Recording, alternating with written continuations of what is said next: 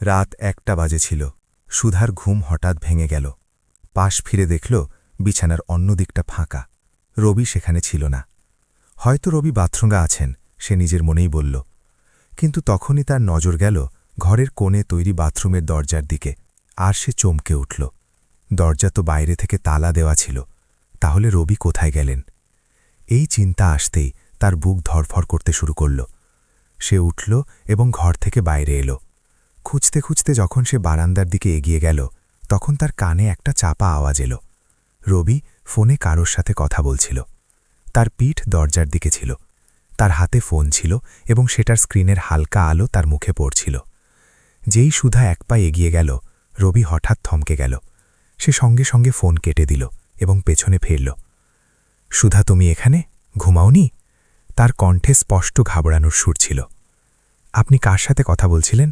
সুধা জিজ্ঞাসা করল। রবি হেসে উঠল, একটা খুব বানানো হাসি।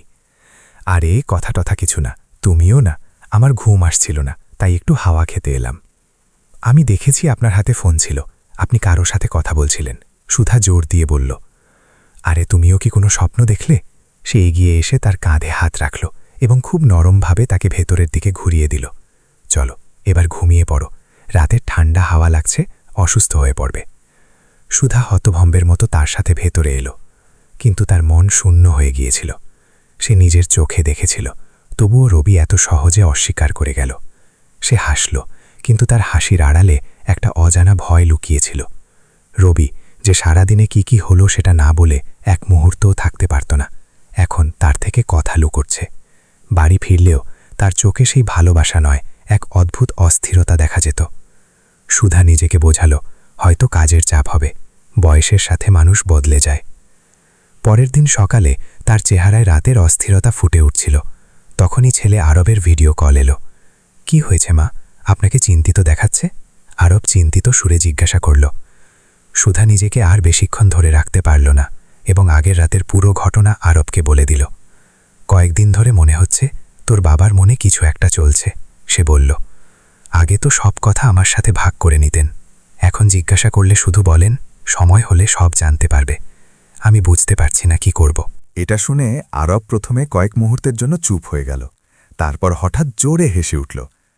আরে মা, আপনি তো আমাকেও ভয় পাইয়ে দিয়েছিলেন, আপনি এতটুকুও বুঝতে পারলেন না? সে মুচকি হেসে বলল। সুধা বিভ্রান্ত হয়ে জিজ্ঞাসা করল, মানে হলো 2 দিন পর আপনাদের বিবাহ বার্ষিকী। আরব দুষ্টু হাসির সাথে জানালো।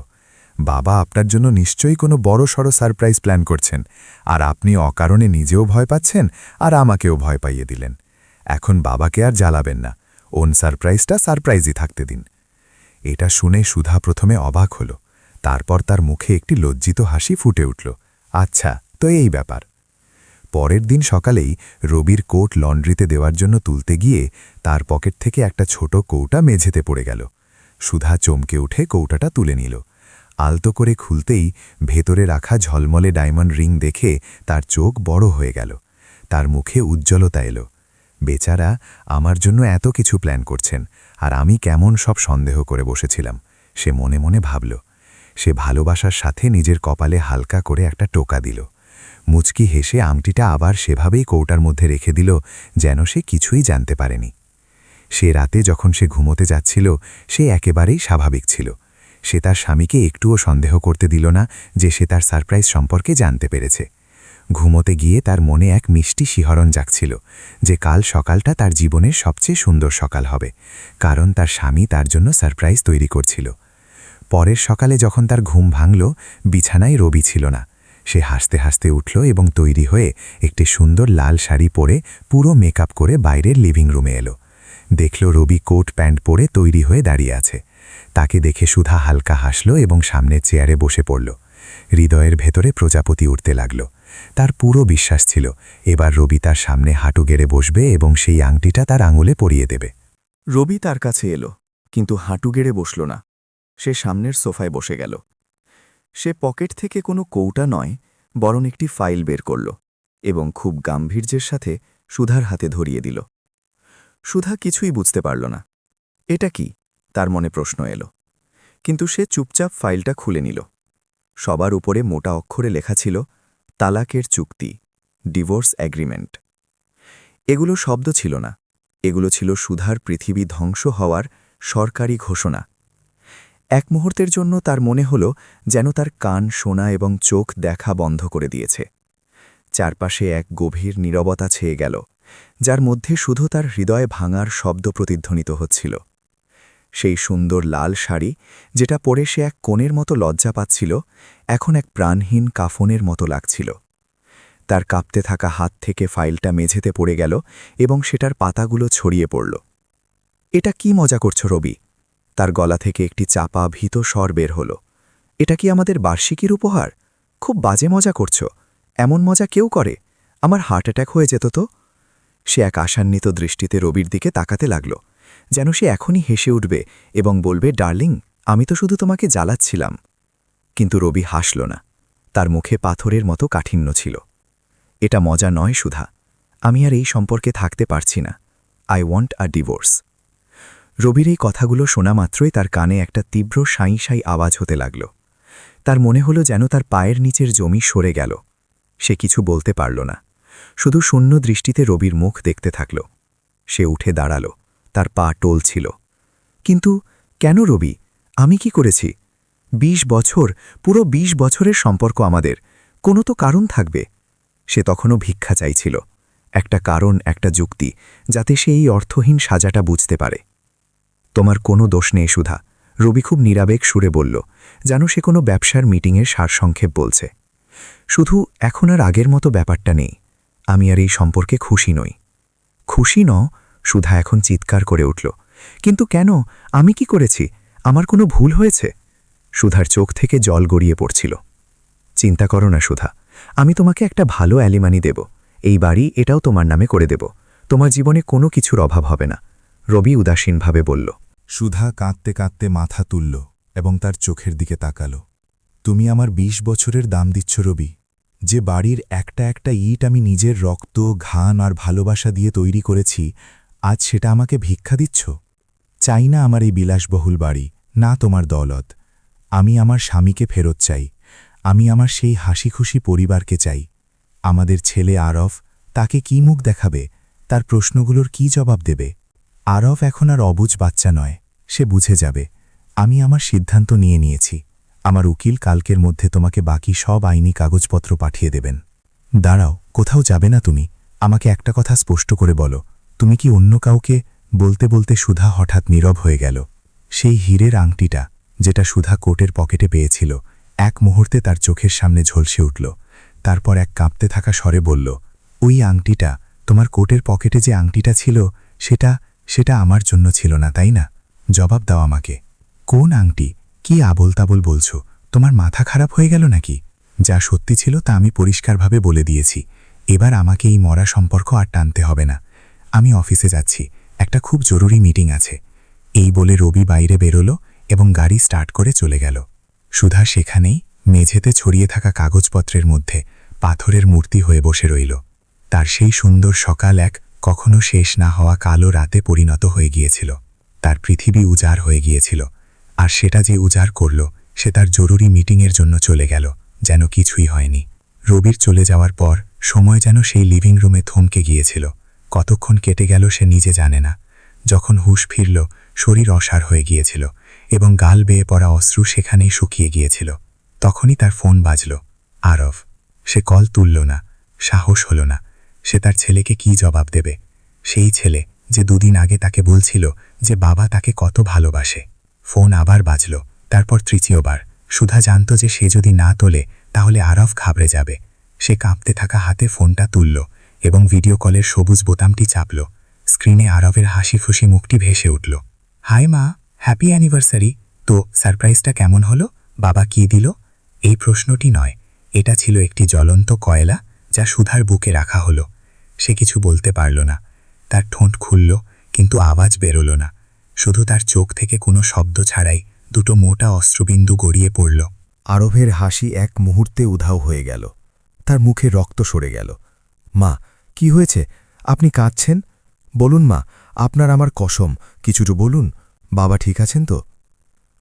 সুধা একটি গভীর কাঁপতে থাকা শ্বাস নিল। সব শেষ হয়ে গেল বাবা, বলতে বলতে সে ভেঙে পড়ল। তোর বাবা আমার কাছে ডিভোর্স চেয়েছে। আরব হতবাক হয়ে গেল। কি আবুল তাবুল! মা, এটা কোনো প্র্যাঙ্ক, তাই না? আপনারা মজা করছেন, তাই না? না বাবা। সুধা ক্যামেরাটি মেঝেতে ছড়িয়ে থাকা সেই অশুভ কাগজপত্রের দিকে ঘোরাল। এগুলো ধরিয়ে দিয়ে তিনি অফিসে চলে গেলেন। অফিসে? কয়েক মুহূর্তের নীরবতার পর সে গর্জে উঠল। এই সব করার পর তিনি অফিসে চলে গেলেন? হ্যাঁ, সুধা শুধু এতটুকুই ফিসফিস করে বলতে পারল। আরব চোখ বন্ধ করে নিল। যখন চোখ খুলল, সেখানে একটি নিষ্পাপ ছেলে নয়, একজন দায়িত্বশীল মানুষ ছিল। মা, আপনি ঘাবড়াবেন না, আমি আছি তো, আমি এখনই ফ্লাইট ধরে আসছি। খবরদার, যদি নিজের পড়াশোনা ছাড়িস, সুধা ছটফট করে বলল। চুলোই গেল পড়াশোনা। আরব চিৎকার করে উঠল। আমার মায়ের চেয়ে বেশি কিছু নয় আমার কাছে। যাকে আমি আমার হিরো মনে করতাম, সে এত নিচু মনের মানুষ হবে ভাবিনি। এখন এই লড়াইটা আমাদের দুজনের। মা, আমি আসছি। না আরব, তোর ফাইনাল পরীক্ষা। আমি চাই না আমাদের ভেঙে যাওয়া সংসারের আজ তোর ভবিষ্যৎকে পুড়িয়ে দিক। তোকে আমার কসম, যতক্ষণ না পরীক্ষা শেষ হচ্ছে তুই ফিরে আসবি না। কিন্তু মা, না, আমি বলে দিয়েছি তো বলেই দিয়েছি, আমি ঠিক আছি, একদম ঠিক আছি। সুধা তার জেদে অটল রইল। আরবকে মায়ের কসমের কাছে হার মানতে হল। সেদিনের পর বাড়ি আর বাড়ি রইল না। সেটা একটা খালি ইমারত হয়ে গেল, যেখানে দুজন অচেনা মানুষ থাকত। রবি তার জিনিসপত্র গেস্টরুমে সরিয়ে নিয়েছিল। সে সকালে তাড়াতাড়ি বেরিয়ে যেত এবং গভীর রাতে ফিরত। যদি কখনো মুখোমুখি দেখাও হয়ে যেত, তবে সে চোখ এড়িয়ে চলে যেত। সুধার জন্য প্রতিটি মুহূর্ত ছিল এক সাজার মতো। সেই রাতগুলো ছিল সবচেয়ে ভয়ঙ্কর। তার খালি বিছানায় শুয়ে তার চোখ থেকে ঘুম বহু দূরে থাকত। শুধু থাকত অসংখ্য প্রশ্ন, যার কোনো জবাব ছিল না। কোথায় কমতি ছিল আমার ভালোবাসায়? সে ছাদের দিকে তাকিয়ে ভাবত। একটা সময় ছিল যখন সুধা নিজেও একজন মেধাবী ছাত্রী ছিল। সিভিল সার্ভিসে যাওয়ার স্বপ্ন দেখত। একজন আইএএস অফিসার হওয়ার স্বপ্ন ছিল তার। সে তার ব্যাচের টপার ছিল। সবাই বলতো, সুধা, তুমি একদিন অনেক বড় নাম করবে। কিন্তু রবির স্বপ্নকে নিজের করে নেওয়ার জন্য সে তার বইগুলোকে সেই ট্রাঙ্কে বন্ধ করে দিয়েছিল, যার চাবি হয়তো সে নিজেও ভুলে গিয়েছিল, কারণ রবির স্বপ্নগুলো তার নিজের মনে হতে শুরু করেছিল। রবি কাপড়ের কোনো ছোটখাটো কাজ শুরু করতে চেয়েছিল। সুধা শুধু পয়সা পয়সা করে জমানো সঞ্চয় তাকে দিয়ে দেয়নি, বরং দিন রাত তার সাথে হাত মিলিয়ে সেই ব্যবসাটা দাঁড় করিয়েছিল। তার মনে পড়ল, রবি যখন ব্যবসা শুরু করেছিল এবং তাদের কাছে কর্মচারীদের দেওয়ার মতো টাকা ছিল না, তখন সুধা তার গয়না বিক্রি করে দিয়েছিল। তার মনে পড়ল কিভাবে সে মাইল মাইল হেঁটে দোকানে দোকানে রবির তৈরি কাপড়ের নমুনা দিতে যেত। একে একে সেই সব দিন তার চোখের সামনে কোনো ফিল্মের রিলের মতো ঘুরতে লাগল। সেই দিন যখন তারা প্রথম বড় অর্ডার পেয়েছিল এবং তারা দুজন আনন্দে নেচে উঠেছিল। সেই দিন যখন তারা তাদের প্রথম গাড়ি কিনেছিল। সেই দিন যখন আরবের জন্ম হয়েছিল এবং রবি বলেছিল, সুধা, তুমি আমাকে পৃথিবীর সবচেয়ে বড় সুখ দিয়েছ। সেগুলো কি সব মিথ্যা ছিল? সেই ভালোবাসা কি ভান ছিল? নাকি টাকা এবং খ্যাতি মানুষকে এমনভাবে বদলে দেয় যে সে তার শিকড়কেই ভুলে যায়? এই প্রশ্নগুলোর কোনো জবাব ছিল না। আজ রবি টেক্সটাইলস এম্পায়ার দেশের নামকরা কোম্পানিগুলোর মধ্যে একটি ছিল। রবি একজন সফল ব্যবসায়ী ছিল এবং সুধা একজন সফল ব্যবসায়ীর ধনী স্ত্রী। দুনিয়ার চোখে সুধার জীবন কোনো রানীর চেয়ে কম ছিল না। চাকর বাকর, বড় গাড়ি, বিলাসবহুল বাংলো, সবকিছুই ছিল। কিন্তু আজ সেই সবকিছু থাকা সত্ত্বেও সে পৃথিবীর সবচেয়ে গরিব মহিলা ছিল। কারণ যে ভিত্তির উপর এই সব দাঁড়িয়েছিল, সেই ভালোবাসা, সেই বিশ্বাস, সে সবটাই ছিল এক মিথ্যা। সুধার মনে হচ্ছিল যেন সে এক অন্ধকার সুড়ঙ্গে একা দাঁড়িয়ে আছে, যেখানে দূর দূর পর্যন্ত আলোর কোনো রেখা নেই। তার আত্মসম্মান, তার অস্তিত্ব, সবকিছুই বাজি রাখা ছিল। সে শুধু একজন স্ত্রী ছিল না, সে সেই সাম্রাজ্যের সহ-নির্মাতা ছিল, যার রাজা আজ তাকেই বাইরে ছুঁড়ে ফেলতে চাইছে। দুদিন কেটে গেল। সুধা আশা ছাড়েনি। তার মনে হচ্ছিল রবির রাগ শান্ত হবে এবং সব ঠিক হয়ে যাবে। সে তখনও রবির প্রিয় খাবার তৈরি করছিল, তখনও তার সব প্রয়োজন মিটিয়ে যাচ্ছিল। কিন্তু রবির বরফ শীতল নীরবতা গলার নাম নিচ্ছিল না। সেই দুপুরে সুধার খুড়তুতো বোন অঞ্জলির ফোন এলো। অঞ্জলি একটি ম্যাগাজিনে সাংবাদিক ছিল। হ্যালো, সুধা তার কণ্ঠস্বরকে স্বাভাবিক রাখার চেষ্টা করল। হ্যালো সুধা, আমাকে তোর সাথে কিছু জরুরি কথা বলতে হবে। অঞ্জলির কণ্ঠে ইতস্তত ভাব ছিল। দেখ, আমি কথা ঘোরাতে জানি না। সত্যি করে বল, তোর আর রবির মধ্যে সব ঠিক আছে তো? এই সরাসরি প্রশ্ন শুনে সুধা স্তম্ভিত হয়ে গেল। ঘরের কথা বাইরে কিভাবে পৌঁছাল? সে হ্যাঁ বলতে চেয়েছিল, সত্যিটা লুকাতে চেয়েছিল, কিন্তু গলা দিয়ে আওয়াজ বের হল না। তার নীরবতাই তার জবাব হয়ে গেল। ঠিক আছে, অঞ্জলি একটি গভীর শ্বাস নিল। কিছু বলিস না, আমি তোকে হোয়াটসঅ্যাপে একটা ছবি পাঠাচ্ছি, সেটা দেখ। পরের মুহূর্তেই সুধার ফোনে একটি ছবি এলো। সে কাঁপতে থাকা হাতে সেটা খুলল। সেটা একটি পার্টির ছবি ছিল। মাঝখানে রবি দাঁড়িয়েছিল, মুখে চওড়া হাসি। তার এক হাত একটি যুবতী সুন্দরী মেয়ের কোমরে ছিল, এবং দুজনের চোখেই এমন এক নির্লজ্জ আনন্দ ছিল যা দুনিয়ার কোনো পরোয়া করত না। কে? সুধার কণ্ঠস্বর কোনো মুমূর্ষ মানুষের শেষ শ্বাসের মতো ছিল। এর নাম কবিতা, অঞ্জলি বলল। একজন উঠতি মডেল। আজকাল শহরের সব বড় পার্টিতে রবির সাথে একেই দেখা যায়। ইন্ডাস্ট্রি থেকে যা শুনেছি তা হল রবি এর প্রেমে পাগল এবং শীঘ্রই একে বিয়ে করতে চলেছে। সুধার হাত থেকে ফোনটা এমনভাবে পড়ে গেল যেন সেটার মধ্যে কোনো প্রাণই ছিল না। তো এটাই ছিল সেই নীরবতার আড়ালে লুকিয়ে থাকা ঘৃণ্য সত্য। এটাই ছিল তার 20 বছরের ভালোবাসা, আনুজ্ঞতা এবং আত্মসমর্পণের কবরের ওপর রাখা ভিত্তিপ্রস্তর। তার মনে হল যেন কেউ তার আত্মাকে বের করে তার সামনেই টুকরো টুকরো করে দিয়েছে। এটা শুধু তালাক ছিল না, এটা শুধু বিশ্বাসঘাতকতা ছিল না, এটা ছিল আত্মার খুন। তো এই ছিল কারণ 20 বছরের ভালোবাসা, আনুজ্ঞতা এবং আত্মসমর্পণ এক যুবতী মেয়ের সৌন্দর্যের কাছে হেরে গেল। তার মনে হল যেন কেউ তার হৃদয়ে ছুরি বসিয়ে দিয়েছে। তার রবির সেই কথাগুলো মনে পড়ল। আরে, আমি এখন কার সাথে কথা বলবো? তুমি হয়তো কোনো স্বপ্ন দেখেছ। আংটি? কোন আংটি? পাগল টাগল হয়ে গেলে নাকি? হে ভগবান, কত বড় মিথ্যেবাদী ছিল সে। তার নিজের স্বামীর ওপর এবং নিজের ওপরেও ঘৃণা হতে লাগল। সে এত সরল কি করে হতে পারল? রবির বদলে যাওয়া অভ্যেস, 1.5 রাত পর্যন্ত ফোনে ফিসফিস করা, নতুন নতুন দামি পারফিউম ব্যবহার করা, এসব তার চোখে কেন পড়েনি? হয়তো সে দেখতেই চায়নি। সে তার সুখী পরিবারের ভ্রমে বাঁচতে চেয়েছিল। এখন সব পরিষ্কার হয়ে গিয়েছিল। রবির একটি নতুন গ্ল্যামারাস জীবন দরকার ছিল, এবং সুধার সেই জীবনে কোথাও ফিট হচ্ছিল না। সেই সন্ধ্যায় রবি বাড়ি আসতেই সুধা সেই ছবিটি তার সামনে রেখে দিল। এটাই হলো আমাদের সম্পর্কের শেষ হওয়ার আসল কারণ। রবি ছবিটি দেখল। তার চোখে এক ফোঁটাও লজ্জা ছিল না। হ্যাঁ, এটাই সত্যি। আমি কবিতাকে ভালোবাসি এবং তাকে বিয়ে করতে চাই। সুধার দুঃখ রাগে পরিণত হল। আর আমাদের 20 বছরের সম্পর্কের কি হবে? আরভের কি হবে? আমি তো বললাম, তোমার আর আরভে টাকার কোনো অভাব হবে না। তোমাকে আর কি চাই? রবি উদাসীনভাবে বলল। কি চাই আমার? সুধা চিৎকার করে উঠল। আমার আত্মসম্মান চাই। সেই 20 বছর চাই, যা আমি তোমার স্বপ্ন পূরণ করতে গিয়ে দিয়েছি। তুমি কি সেগুলো ফিরিয়ে দিতে পারবে? রবির ওপর এর কোনো প্রভাব পড়ল না। সে চুপচাপ ঘর থেকে বাইরে চলে গেল। সুধা বুঝে গিয়েছিল যে এখন কথা বলে বা কেঁদে কোনো লাভ নেই। লড়াই এখন ঘরে নয়, আদালতে লড়া হবে।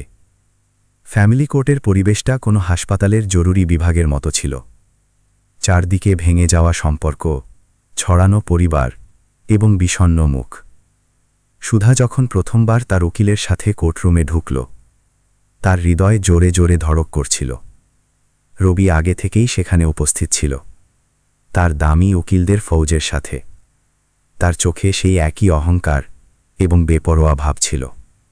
সে সুধার দিকে একবার তাকিয়েও দেখল না, যেন সে তাকে চেনেই না।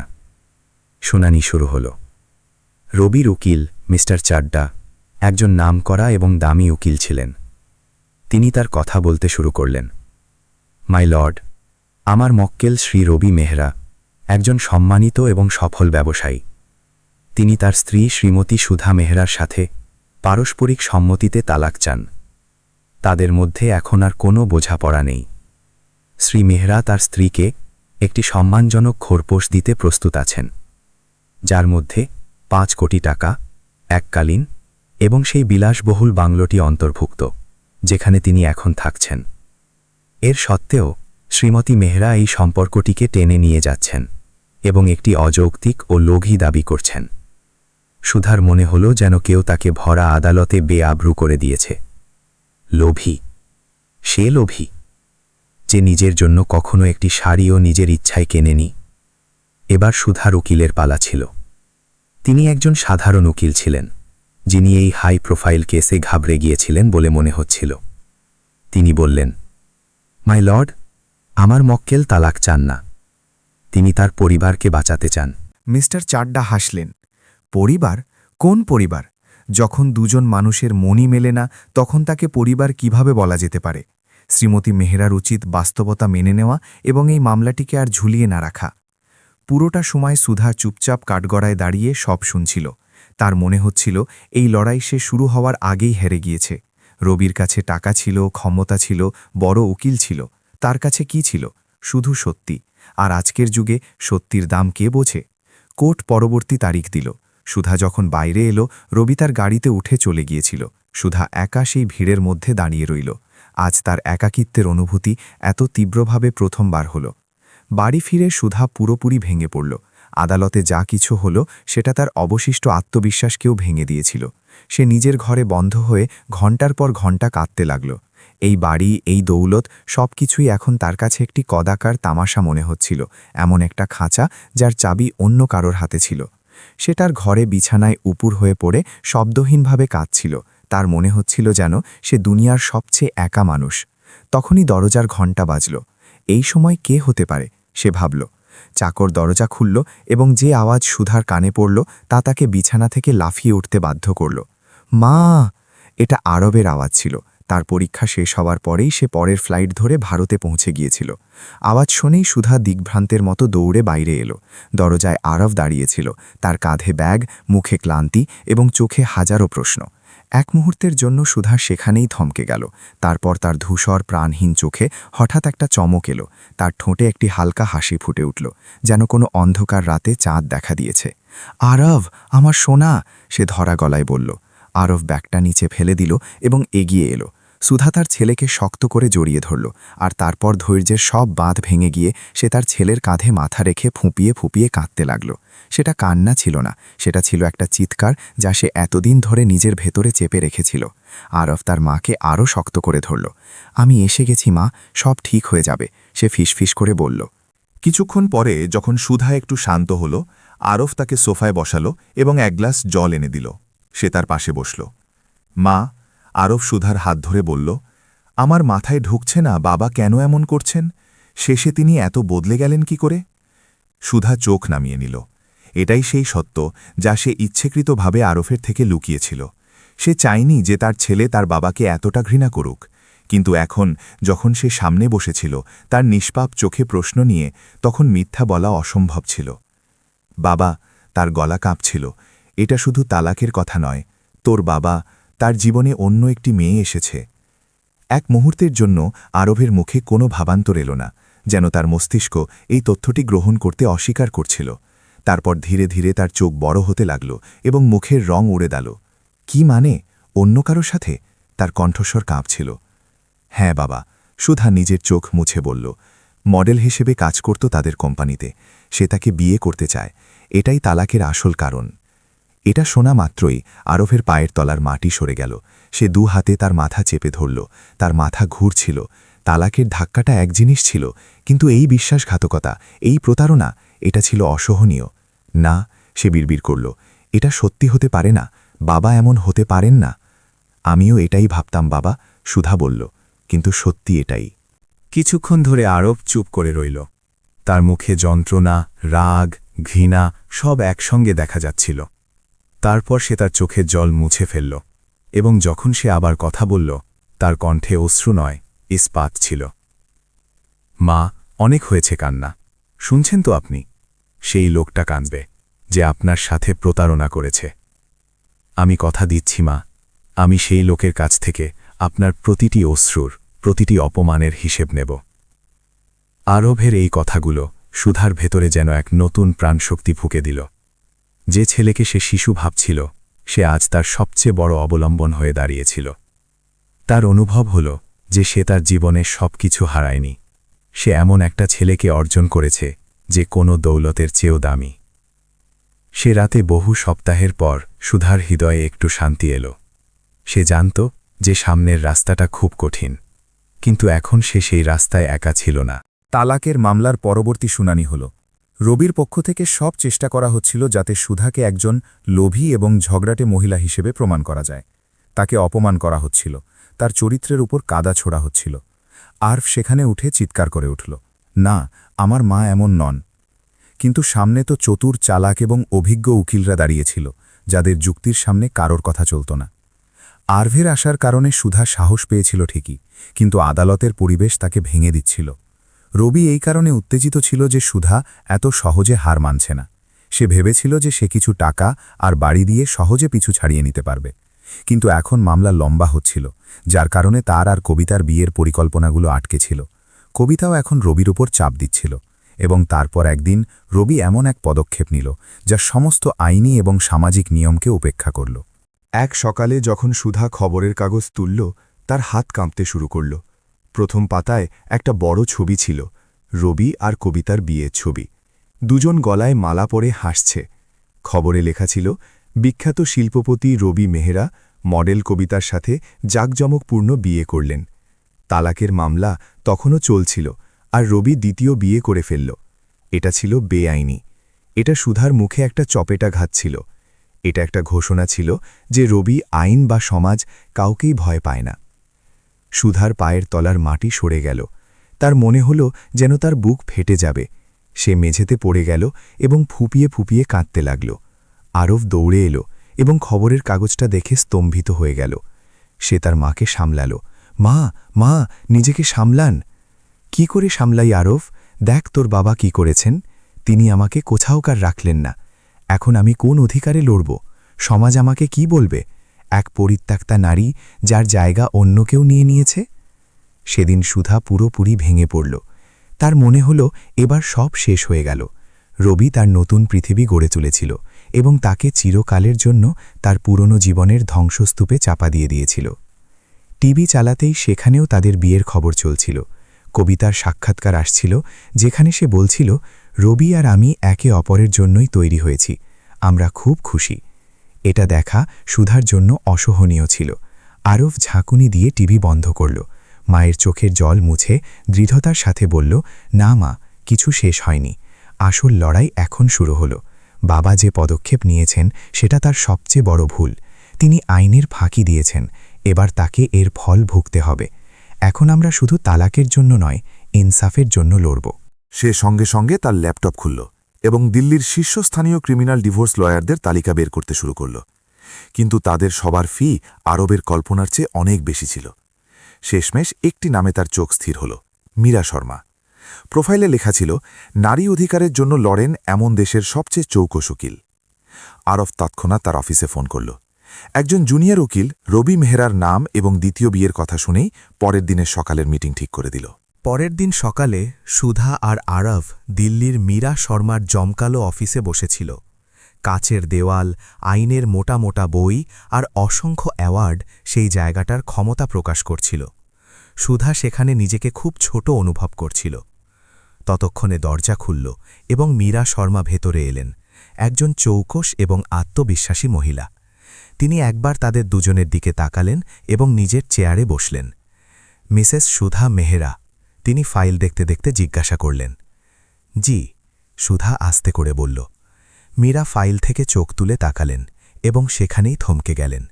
তিনি মনোযোগ দিয়ে সুধার মুখের দিকে দেখলেন। ফোলা চোখ, মুখে যন্ত্রণা এবং হারানো বিশ্বাস।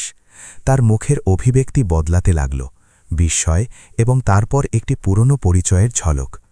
সুধা, তুমি গভর্নমেন্ট কলেজের সেই সুধা? তিনি অবাক হয়ে বললেন। সুধা, যে এতদিন পর্যন্ত ভয়ে গুটিয়েছিল, সেও মীরাকে মনোযোগ দিয়ে দেখল। সেই একই তীক্ষ্ণ চোখ, সেই একই আত্মবিশ্বাস, কিন্তু এখন সেগুলোতে পুরনো বন্ধুত্বের একটি ছাপ ছিল। মীরা। সুধার গলা থেকে শুধু এই কথাটিই বের হল। পরের মুহূর্তেই মীরা তার চেয়ার থেকে উঠলেন, দ্রুত হেঁটে এলেন এবং সুধাকে জড়িয়ে ধরলেন, যে তখনও স্তব্ধ হয়েছিল। তাহলে তুই আমাকে আগে ফোন করিসনি কেন? মীরার কণ্ঠে রাগ এবং ভালোবাসা দুটোই ছিল। আমি খবরের কাগজে পড়ছিলাম, কিন্তু কি করে জানব যে এটা তুই? মীরা তাকে বসালেন, জল খাওয়ালেন এবং তারপর আরবের দিকে ফিরলেন। জানিস তো, তোমার মা কলেজের সবচেয়ে মেধাবী মেয়ে ছিল। আমরা সবাই ওকে আইএএস ম্যাডাম বলতাম।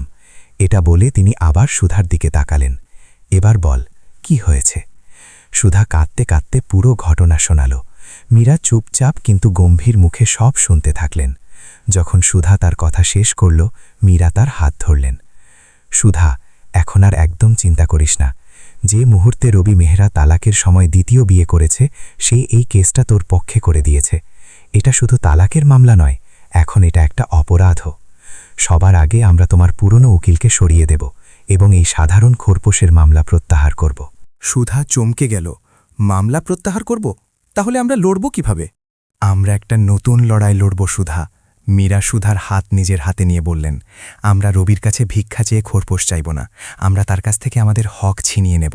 তুমি রবি মেহরার স্ত্রী নও, তুমি রবি টেক্সটাইলস এম্পায়ারের সহপ্রতিষ্ঠাতা। তুমি সেই কোম্পানিতে নিজের রক্ত ঘাম দিয়ে জল দিয়েছ। আমরা তালাকের সাথে সাথে কোম্পানির 50% অংশীদারিত্বের জন্য মামলা করব। এটা শুনে সুধা আর আরব হতবাক হয়ে গেল। কোম্পানিতে অংশীদারিত্ব? এটা তো তারা কখনো চিন্তাও করেনি। কিন্তু এটা কিভাবে সম্ভব মীরা? আমার কাছে কোনো কাগজি প্রমাণ নেই, আমি তো শুধু একজন গৃহবধূ ছিলাম। তুমি গৃহবধূ ছিলে না, তুমি ছিলে একজন বেতন না নেওয়া অংশীদার, আনপেইড পার্টনার। মীরার কণ্ঠে এক অদ্ভুত আত্মবিশ্বাস ছিল। তুমি সেই কোম্পানির জন্য যে কাজ করেছ তা কোনো সিইওর চেয়ে কম ছিল না। আমাদের শুধু সেটা আদালতে প্রমাণ করতে হবে। তোমার কাছে কি এমন কিছু আছে? কোনো পুরনো ডায়েরি, কোনো চিঠি বা এমন কোনো কাগজপত্র গাস্ত্রোয়ায় অংশগ্রহণ প্রমাণ করতে পারে? মীরার এই প্রশ্নটা সুধার মনে যেন বিদ্যুৎ চমকের মতো লাগল। তার মনে পড়ল সেই পুরনো ট্রাঙ্ক এবং তার মধ্যে বন্ধ তার ডায়েরিগুলো। হ্যাঁ আছে। সুধার চোখে এক নতুন ঔজ্জ্বল্য এলো।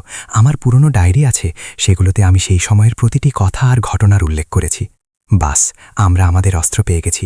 মীরা টেবিলে হাত মেরে বললেন, এবার রবি মেহরা জানতে পারবে যে একজন নারী যখন তার অস্তিত্বের লড়াই লড়ে তখন সে কতটা ভয়ঙ্কর হতে পারে। দিল্লি থেকে ফিরেই সুধার প্রথম কাজ ছিল সেই পুরনো ধুলো পড়া ট্রাঙ্কটা খোলা। সেই ট্রাঙ্কটা ছিল তার তারুণ্যের স্বপ্ন আর স্মৃতির ভাণ্ডার। কাঁপতে থাকা হাতে সে তালা খুলল। সবার উপরে তার কলেজের বই আর ডিগ্রিগুলো ছিল এবং সেগুলোর নিচে যত্ন করে রাখা ছিল সেই ডায়েরিগুলো, মোটা মলাটের পুরনো হয়ে যাওয়া ডায়েরিগুলো। সুধা প্রথম ডায়েরিটা তুলল। এটা তাদের বিয়ের ঠিক পরের সময়ের। সে পাতা উল্টাতে শুরু করল। এটা শুধু একটা ব্যক্তিগত ডায়েরি ছিল না, এটা তাদের সংগ্রামের দিনের এক কাঁচা খসড়া ছিল। প্রথম পাতাতেই লেখা ছিল, আজ রবি কাপড়ের কাজ শুরু করার কথা বলল। তার কাছে টাকা নেই, কিন্তু চোখে অনেক স্বপ্ন। আমি আমার সোনার চুড়ি বিক্রি করে তাকে 20,000 টাকা দিয়েছি। এটা শুধু টাকা নয়, আমার বিশ্বাস। যেমন যেমন সুধা পাতা উল্টাতে লাগল, তার চোখের সামনে পুরো অতীতটা জীবন্ত হয়ে উঠল। তারিখ 15 জুন 2006। আজ সারা দিন দিল্লির চাঁদনি চকে ঘুরলাম, কাপড়ের মান এবং দামের সার্ভে করলাম। সুরাটের এক সরবরাহকারী হনসুক ভাইয়ের নম্বর পেলাম। তার সাথে কথা বললে ভালো দাম পাওয়া যেতে পারে। তারিখ 22 আগস্ট 2006। রবি ডিজাইন নিয়ে চিন্তিত ছিল। আমি রাত জেগে কিছু নতুন প্যাটার্ন আঁকলাম। প্রথাগত প্রিন্টগুলোকে আধুনিক স্টাইলের সাথে মেশালাম। রবির খুব পছন্দ হলো। আমাদের কোম্পানির নাম রবি টেক্সটাইলসের বদলে রবি সুধা ক্রিয়েশনস, RS ক্রিয়েশনস কেমন হবে? রবি হাসতে লাগল। তারিখ 10 জানুয়ারি 2007। আজ প্রথম বড় অর্ডার পেলাম, 500টি শাড়ির। আমাদের কাছে মাত্র 3 জন কারিগর আছে। আমি পাড়ার কিছু মহিলার সাথে কথা বলেছি, যারা ঘরে বসে সেলাই ফোটাইয়ের কাজ করতে পারে। এতে কাজও তাড়াতাড়ি হবে আর তারা রোজগারও পাবে। এটা একটা ভালো ব্যবসায়িক মডেল হতে পারে। তারিখ 5 এপ্রিল 2008। ব্যাংক ঋণ দিতে অস্বীকার করছে, কারণ আমাদের কাছে গ্যারান্টির জন্য কিছু নেই। আমি আমার বাবার সাথে কথা বলেছি, তিনি বাড়ির কাগজের উপর ঋণ নিতে রাজি হয়েছেন। রবি বলেছে যে উপার্জন ভালো হলেই আমরা ঋণ শোধ করে তার বাড়ি মুক্ত করে দেব। প্রতিটি পাতায় সুধার অবদানের প্রমাণ ছিল। কোথা থেকে কাঁচামাল নিতে হবে, কারিগরদের কিভাবে সামলাতে হবে, হিসাব কিতাব কিভাবে রাখতে হবে, মার্কেটিংয়ের কি কৌশল হবে, সবকিছু সুধা তার ডায়েরিতে লিখে রেখেছিল। এটা এক স্ত্রীর নয়, এক ব্যবসায়িক অংশীদারের রেকর্ড ছিল। সে শুধু সংসার নয়, কোম্পানিও চালিয়েছিল। আড়ালের সিইও সেই ছিল। চোখে জল নিয়ে সুধা সব ডায়েরি একটা ব্যাগে রাখল। কাগজের এই পাতাগুলো তার পরিচয়ের প্রমাণ ছিল, যা রবি মেহরার মিথ্যার সাম্রাজ্যকে কাঁপিয়ে দিতে যাচ্ছিল। পরের তারিখে কোর্টরুমের দৃশ্য বদলে গিয়েছিল। সুধার সাথে এখন ভয় পাওয়া পুরনো উকিল নয়, বরং আত্মবিশ্বাসে ভরা মীরা শর্মা দাঁড়িয়েছিল। রবি আর তার উকিল মিস্টার চাড্ডা মীরাকে দেখে আশ্চর্য হয়ে গেলেন। মীরা শর্মার সামনে দাঁড়ানোর অর্থ ছিল লড়াই এখন আর সহজ হবে না। মীরা বিচারকের সামনে তার আবেদন পেশ করলেন। মাই লর্ড, আমরা খোরপোশের এই মামলা প্রত্যাহার করতে চাই। পুরো কোর্টরুমে ফিসফিসানি শুরু হয়ে গেল। মিস্টার চাড্ডা হাসলেন। তিনি ভাবলেন সুধা হার মেনে নিয়েছে। ভালো সিদ্ধান্ত, দেরিতে হলেও আমার মক্কেলের সদ্বুদ্ধি হয়েছে। তখনই মীরা বললেন, মাই লর্ড, আমরা একটি নতুন দেওয়ানি মামলা সিভিল স্যুট দাখিল করছি। এই মামলা স্ত্রীর দ্বারা স্বামীর কাছে অ্যালিমনি চাওয়ার নয়, বরং এক ব্যবসায়িক অংশীদারের দ্বারা অন্য অংশীদারের কাছে তার হক চাওয়ার। মীরা আরও বললেন, আমার মক্কেল সুধা মেহরা রবি টেক্সটাইলস এম্পায়ারের শুধু প্রতিষ্ঠাতা সদস্যই নন, বরং তার প্রধান কৌশলবিদও ছিলেন। কোম্পানির প্রাথমিক ভিত্তি স্থাপন থেকে শুরু করে এর সম্প্রসারণ পর্যন্ত প্রতিটি বড় সিদ্ধান্তে তার অবদান ছিল। সেই কারণে আমরা তালাকের পাশাপাশি কোম্পানির মোট সম্পত্তির 50% অংশীদারিত্বের দাবি জানাচ্ছি। এটা শোনা মাত্রই রবি তার চেয়ার থেকে লাফিয়ে উঠল। মিস্টার চাড্ডার মুখ হাঁ হয়ে গেল। এটা এমন একটি চাল ছিল যা তারা কল্পনাও করেনি। মিস্টার চাড্ডার সাথে সাথে বিরোধিতা করলেন। আপত্তি মাই লর্ড, এটা একটা অযৌক্তিক এবং মন গড়া দাবি। শ্রীমতী মেহরা একজন সাধারণ গৃহিণী, ব্যবসার সাথে তার কোনো সম্পর্ক নেই। এটা শুধু আমার মক্কেলের কাছ থেকে টাকা হাতানোর একটি নতুন এবং ঘৃণ্য কৌশল। এটা কৌশল নয়, সত্যি মিস্টার চাড্ডা। মীরা তার ব্রিফকেস খুললেন এবং সুধার ডায়েরিগুলো বের করলেন। আর সত্যির জন্য প্রমাণের দরকার হয়। এই হলো সেই প্রমাণ। এই ডায়েরিগুলো যা শ্রীমতী মেহরা বছরের পর বছর ধরে লিখেছেন। এগুলোতে কোম্পানির প্রতিষ্ঠা থেকে আজ পর্যন্ত প্রতিটি ছোট বড় ঘটনার উল্লেখ আছে, প্রতিটি সিদ্ধান্তের উল্লেখ আছে যা শ্রীমতী মেহরা নিয়েছিলেন। এটা রবি টেক্সটাইলসের উন্নতির গল্পের আসল বই। মীরা বিচারকের অনুমতি নিয়ে ডায়েরির একটি অংশ পড়া শুরু করলেন। মাই লর্ড, এটা শুধু একটি উদাহরণ। এমন হাজার হাজার এন্ট্রি আছে যা প্রমাণ করে যে কোম্পানিটার মস্তিষ্ক যদি শ্রী রবি মেহরা ছিলেন, তবে তার আত্মা ছিলেন শ্রীমতী সুধা মেহরা। একজন ভারতীয় স্ত্রী তার স্বামীর কাজে যে অবদান রাখেন তাকে শুধু সাহায্য বলে অস্বীকার করা যায় না। তিনি একজন বেতন না নেওয়া শ্রমিক, আনপেইড লেবার, একজন নীরব অংশীদার, সাইলেন্ট পার্টনার। এবং আজ আমরা সেই নীরব অংশীদারের কণ্ঠস্বরকে তার অধিকার পাইয়ে দিতে এখানে এসেছি। বিচারক ডায়েরিগুলো প্রমাণ হিসেবে গ্রহণ করলেন এবং বিষয়টি তদন্তের আদেশ দিলেন। রবির মুখ সাদা হয়ে গিয়েছিল। সে বুঝতে পারল যে এই লড়াই আর তার দৌলত আর ক্ষমতার জোরে জেতা যাবে না। এই লড়াই এখন সত্যি আর মিথ্যার ছিল, আর তার পুরো সাম্রাজ্য মিথ্যার ভিত্তির ওপর দাঁড়িয়েছিল, যাকে কাঁপানোর জন্য সত্যির প্রথম পাথর ছড়া হয়ে গিয়েছিল। নতুন মামলার শুরুর সাথে সাথেই কোর্টরুম এক যুদ্ধক্ষেত্রে পরিণত হল। মিডিয়ার ভিড় লেগে থাকত। এটা এমন একটি মামলা হয়ে গিয়েছিল যা ভারতে লাখ লাখ গৃহিণীর অধিকারকে নতুন সংজ্ঞা দিতে পারত। সবার প্রথমে সুধার ডায়েরিগুলো ফরেনসিক পরীক্ষার জন্য পাঠানো হলো। রিপোর্টে প্রমাণিত হল যে ডায়েরির কালি এবং কাগজ ততটাই পুরনো ছিল যতটা দাবি করা হচ্ছিল। এটা কোনো নতুন মন গড়া গল্প ছিল না। এরপর মীরা সাক্ষীদের ডাকতে শুরু করলেন। এই অংশটা রবি মেহরার হুঁশ উড়িয়ে দিল। কাঠগড়ায় একজন বৃদ্ধ দুর্বল মানুষ দাঁড়িয়েছিল। তার নাম ছিল রহমান চাচা। তিনি রবি টেক্সটাইলসের প্রথম কারিগর ছিলেন। মীরা জিজ্ঞাসা করলেন, রহমান চাচা, আপনি শ্রী রবি মেহরাকে কবে থেকে চেনেন? যখন থেকে সাহেব একটি ছোট্ট ঘরে কাজ শুরু করেছিলেন তখন থেকে। আর সুধাজিকে কিভাবে চেনেন? রহমান চাচার চোখে এক উজ্জ্বলতা এলো।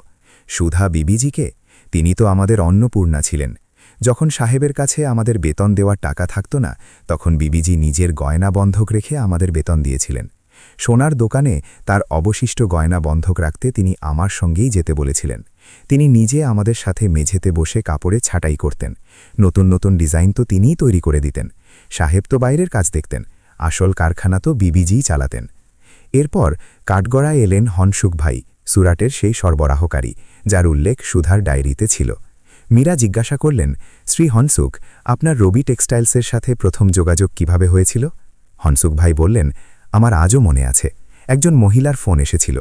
তিনি কাপড়ের এত ভালো পারকদার ছিলেন যে আমি অবাক হয়ে গিয়েছিলাম। তিনি আমার কাছ থেকে যে মাল কিনেছিলেন সেটা সেই বছরের সবচেয়ে সেরা মাল ছিল। পরে যখন আমি তার সাথে দেখা করতে দিল্লি এলাম, তখন জানতে পারলাম যে তিনি রবিজির স্ত্রী সুধাজি। সত্যি বলতে বছরের পর বছর আমি ব্যবসার কথা রবিজির সাথে কম আর সুধাজির সাথে বেশি বলতাম। তিনি পেমেন্ট থেকে ডেলিভারি পর্যন্ত সবকিছু সামলাতেন। একে একে পুরনো কর্মচারী, সরবরাহকারী, পরিবেশকরা আসতে থাকল এবং সুধার অবদানে সাক্ষ্য দিতে থাকল। প্রতিটি সাক্ষ্য রবির সেই মিথ্যার পাহাড়ের উপর একটি হাতুড়ির মতো পড়ছিল, যেখানে সে নিজেকে স্ব-উদ্যোগে সফল ব্যক্তি, সেলফ মেড ম্যান বলত। মিস্টার চাড্ডার সব যুক্তি এই সত্যবাদী এবং সহজ সরল লোকেদের সাক্ষ্যের সামনে ফাঁপা প্রমাণিত হচ্ছিল। কোর্টরুমের নাটক চরম পর্যায়ে ছিল। সুধা এখন কাঠগড়ায় এক ভীত সন্ত্রস্ত নারীর মতো নয়, বরং পুরো আত্মবিশ্বাসে ভরা মহিলার মতো দাঁড়িয়েছিল। তার চোখে এখন আর অশ্রু নয়, নিজের সত্যের শক্তি ছিল। রবি প্রতিটি শুনানির সাথে সাথে দুর্বল হয়ে যাচ্ছিল। কবিতার জন্য এই সব কিছুই ছিল এক দুঃস্বপ্নের মতো। সে এক শক্তিশালী, ধনী এবং সফল পুরুষকে বিয়ে করেছিল, এমন একজন পুরুষ যে তাকে পৃথিবীর সব সুখ দিতে পারত। সে রবি মেহরার দ্বিতীয় স্ত্রী মিসেস মেহরা হয়ে খুব অহংকার করত। কিন্তু যখন থেকে এই নতুন কেস শুরু হলো, তার পৃথিবী নড়বড়ে হতে লাগল। শুরুতে তো তার মনে হলো এটা সুধার কোনো চাল, রবি থেকে বেশি টাকা আদায় করার। রবিও তাকে এটাই বুঝিয়েছিল, আরে তুমি চিন্তা করো না, সে একটা সাধারণ গৃহবধূ, শুধু আর একটু টাকা চায়, উকিলরা তাকে দেখে নেবে। কিন্তু যেমন যেমন শুনানি এগোতে লাগল এবং সাক্ষ্যগুলো হতে লাগল, কবিতার অস্থিরতা বাড়তে লাগল। সে প্রায়ই কোর্টের কার্যধারা দেখতে যেত। সে ধীরে ধীরে অনুভব করছিল যে যে সাম্রাজ্যের সে রানী হয়ে এসেছে তার আসল ভিত্তি তো অন্য কেউ তৈরি করেছিল।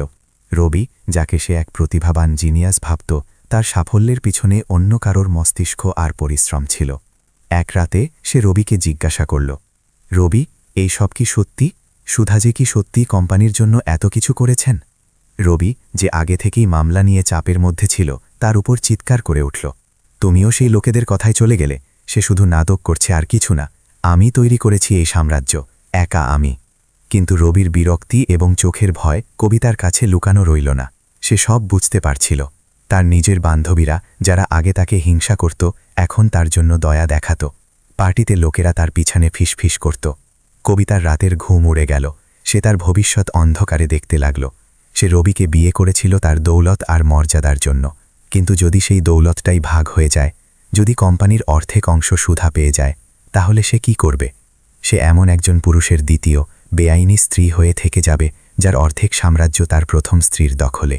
এই চিন্তাটাই তাকে কাঁপিয়ে দিত। যে নারীকে সে তার শত্রু এবং পথের কাঁটা মনে করছিল, এখন সেই নারীকেই সে তার অস্তিত্বের জন্য সবচেয়ে বড় বিপদ মনে করতে লাগল। আদালতে এখন সেই দিনের অপেক্ষায় চলছিল যখন রবি মেহরা নিজে কাঠগড়ায় দাঁড়াবে। সেই দিন এসেই গেল। রবি তার দামি স্যুট পরে, পুরো আত্মবিশ্বাসের মুখোশ পরে কাঠগড়ায় এসে দাঁড়াল। সে তখনও নিশ্চিত ছিল যে তার টাকা এবং প্রতিপত্তি তাকে বাঁচিয়ে দেবে। মীরা শর্মা জেরা শুরু করলেন। তার কণ্ঠস্বর শান্ত কিন্তু তীক্ষ্ণ ছিল। মিস্টার মেহরা, আপনি নিজেকে একজন স্ব-উদ্যোগে সফল, সেলফ মেড শিল্পপতি বলেন, এটা কি সত্যি? জি হ্যাঁ, অবশ্যই, রবি অহংকারের সাথে বলল। তাহলে রবি টেক্সটাইলসের শুরুতে যে 20,000 টাকার প্রাথমিক বিনিয়োগ ছিল, সেই টাকাটা কোথা থেকে এসেছিল? রবি এক মুহূর্তের জন্য চমকে গেল। সেটা আমার সঞ্চয় ছিল। মিথ্যা, মীরার কণ্ঠস্বর প্রতিধ্বনিত হল। সেই টাকা আপনার স্ত্রী সুধা মেহরার গয়না বিক্রি করে এসেছিল। এটা কি সত্যি নয়? রবির মুখ ফ্যাকাশে হয়ে গেল। আমার ঠিক মনে নেই, অনেক পুরনো কথা। আচ্ছা, চলুন আমি আপনার স্মৃতি তাজা করি। মীরা একটি পুরনো নথি পেশ করলেন। এটা সেই সোনার দোকানের রসিদ, যেখানে শ্রীমতী মেহরা তার চুড়ি বিক্রি করেছিলেন। তারিখটা সেই, যা তিনি তার ডায়েরিতে লিখেছেন। কোর্টে নীরবতা নেমে এলো। মীরা পরের প্রশ্ন ছুড়লেন, মিস্টার মেহরা, আপনার কোম্পানি তার অনন্য ডিজাইনের জন্য পরিচিত। আপনি কি বলতে পারেন যে 2006 সালের বসন্ত সংগ্রহের ধারণাটা কার ছিল, যা আপনার কোম্পানিকে প্রথম বড় পরিচিতি এনে দিয়েছিল? রবি তোতলাতে শুরু করল। সেটা আমাদের ডিজাইন টিম মিলে তৈরি করেছিল। আরেকটা মিথ্যা, মীরা সুধার ডায়েরি খুলে বিচারককে দেখালেন। মাই লর্ড, এই পাতায় বসন্ত সংগ্রহের প্রাথমিক স্কেচ, রঙের বিন্যাস এবং ধারণা সবকিছু শ্রীমতী মেহরার হাতে লেখা আছে। তারিখটা সেই সংগ্রহের লঞ্চের 6 মাস আগের। মীরা একের পর এক প্রশ্ন করতে থাকলেন এবং রবির প্রতিটি জবাবকে প্রমাণের সাথে মিথ্যা প্রমাণ করতে থাকলেন। সুরাটের সরবরাহকারী হনসুক ভাইয়ের সাথে প্রথম যোগাযোগ কে করেছিল, কারিগরদের যুক্ত করার নেটওয়ার্ক কে তৈরি করেছিল, কোম্পানির প্রথম ঋণের জন্য গ্যারেন্টি কে দিয়েছিল।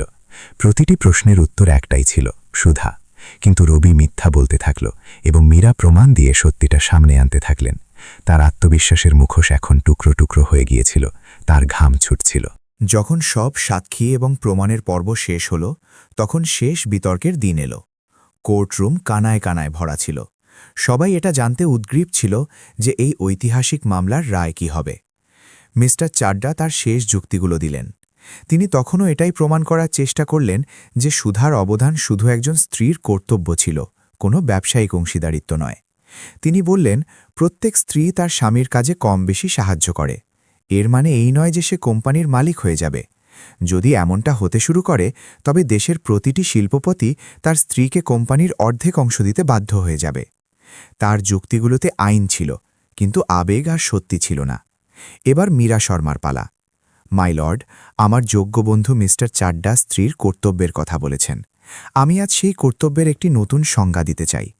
যখন একজন নারী তার পড়াশোনা, তার স্বপ্ন, তার কর্মজীবন ছেড়ে দিয়ে তার স্বামীর স্বপ্নকে নিজের করে নেয়, সে তার সঞ্চয়, তার গয়না, তার বাবার বাড়ি বাজি রেখে দেয়, সে দিনে সংসার সামলায় এবং রাতে স্বামীর সাথে বসে কোম্পানির হিসাব নিকাশ করে, তাহলে কি সেটা শুধু একটা কর্তব্য? যখন সে তার স্বামীর কোম্পানির জন্য মাইলের পর মাইল সফর করে, দোকানদারদের সাথে দর কষাকষি করে, কারিগরদের পরিবারের মতো সামলায়, তাহলে কি সেটা শুধু একটা কর্তব্য? না মাই লর্ড, এটা কর্তব্য নয়, এটা অংশীদারিত্ব, এটা বিনিয়োগ। এমন একটি বিনিয়োগ যা শুধু টাকার নয়, বরং রক্ত, ঘাম, অশ্রু এবং জীবনের মূল্যবান বছরগুলোর। সুধা মেহরা রবি টেক্সটাইলসে শুধু টাকা নয়, তার পুরো জীবন লাগিয়েছেন। আজ ভারতের লাখ লাখ নারী যারা ঘরে চার দেওয়ালের মধ্যে থেকে তাদের স্বামীদের সাফল্যে নীরবে অবদান রাখছেন, তাদের চোখ এই রায়ের দিকে নিবদ্ধ। তাদের গৃহিণী বা হাউসওয়াইফের মতো শব্দ দিয়ে তাদের কাজকে ছোট করে দেওয়া হয়। আজ আপনার কাছে একটা সুযোগ আছে মাই লর্ড, এই চিন্তাধারাকে বদলে দেওয়ার। এটা বলার যে একজন স্ত্রীর অবদান, তা সে অফিসেই হোক বা ঘরে, মূল্যবান এবং তার হক আছে। শ্রী রবি মেহরা শুধু তার স্ত্রীকে প্রতারণা করেননি, তিনি আইনকেও প্রতারণা করেছেন।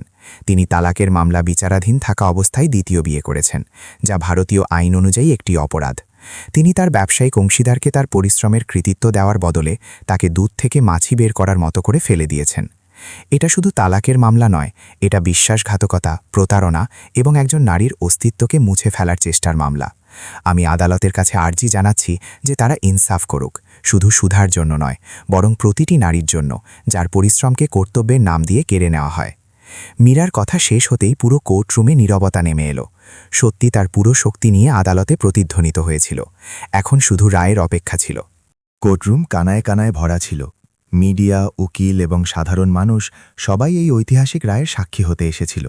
একদিকে সুধা, আরব এবং মীরা চুপচাপ বসেছিল, অন্যদিকে রবি মূর্ছিত মুখের সাথে দাঁড়িয়েছিল। রায়ের দিন এলো। বিচারক সাহেব তার চেয়ারে এলেন এবং রায় পড়া শুরু করলেন। সমস্ত সাক্ষী এবং প্রমাণগুলো বিবেচনা করে এই আদালত এই সিদ্ধান্তে পৌঁছেছে যে রবি টেক্সটাইলস এম্পায়ারের শুরু এবং সাফল্যে শ্রীমতী সুধা মেহরার অবদান শুধু একজন স্ত্রীর সীমিত দায়িত্বের মধ্যে ছিল না, বরং একজন ব্যবসায়িক অংশীদারের সমান ছিল। একজন স্ত্রীর দ্বারা ঘর এবং স্বামীর ব্যবসায় দেওয়া নিঃস্বার্থ অবদানের অর্থের হিসাব থাকা জরুরি, যাতে তার অস্তিত্বকে অস্বীকার করা না যায়। শ্রী রবি মেহরা এবং শ্রীমতী সুধা মেহরার তালাক মঞ্জুর করা হল। তালাকের মামলা বিচারাধীন থাকা অবস্থায় শ্রী রবি মেহরার দ্বারা কবিতাকে করা বিবাহ বেআইনি এবং তাকে তাৎক্ষণিক প্রভাবসহ খারিজ বলে ঘোষণা করা হল। রবি টেক্সটাইলস এম্পায়ারের মোট সম্পত্তির হিসাব করা হবে এবং তার 50% অংশ শ্রীমতী সুধা মেহরাকে দেওয়া হবে। তিনি শুধু ক্ষতিপূরণের নয়, বরং কোম্পানিতে সমান মালকিন হবার অধিকারিণী। এবং আদালতে মিথ্যা সাক্ষ্য দেওয়া এবং ভারতীয় বিবাহ আইন ভাঙার জন্য শ্রী রবি মেহরার ওপর অপরাধমূলক কার্যক্রম শুরু করারও আদেশ দেওয়া হল। রায় শুনেই সুধা তার চোখ বন্ধ করে নিল। তার গালে আনন্দের অশ্রু ছিল। আরব তার মাকে শক্ত করে জড়িয়ে ধরল। মীরা হাসতে হাসতে সুধার হাত ধরলেন। রবির দ্বিতীয় স্ত্রী কবিতা, যে একজন ধনী ও শক্তিশালী পুরুষকে বিয়ে করেছিল, সে তার ভবিষ্যৎ অন্ধকারে দেখতে লাগল। একজন পরাজিত, বেআইনি স্ত্রী হয়ে কে থাকতে চায়? রায় আসার পরের মুহূর্তেই সে চেয়ার থেকে উঠে বাইরে এলো। সে রবিকে একটি মেসেজ পাঠাল, আমি একজন মিথ্যাবাদী আর প্রতারক মানুষের সাথে থাকতে পারি না। এরপর চিরকালের জন্য তাকে ছেড়ে চলে গেল। রবি সেখানেই কোর্টরুমে নিজের চেয়ারে ধপাস করে বসে গেল। তার মুখ সাদা হয়ে গিয়েছিল। যে সাম্রাজ্যকে সে নিজের বলে মনে করেছিল, সেটা এখন অর্ধেক তার হাত থেকে বেরিয়ে গিয়েছিল।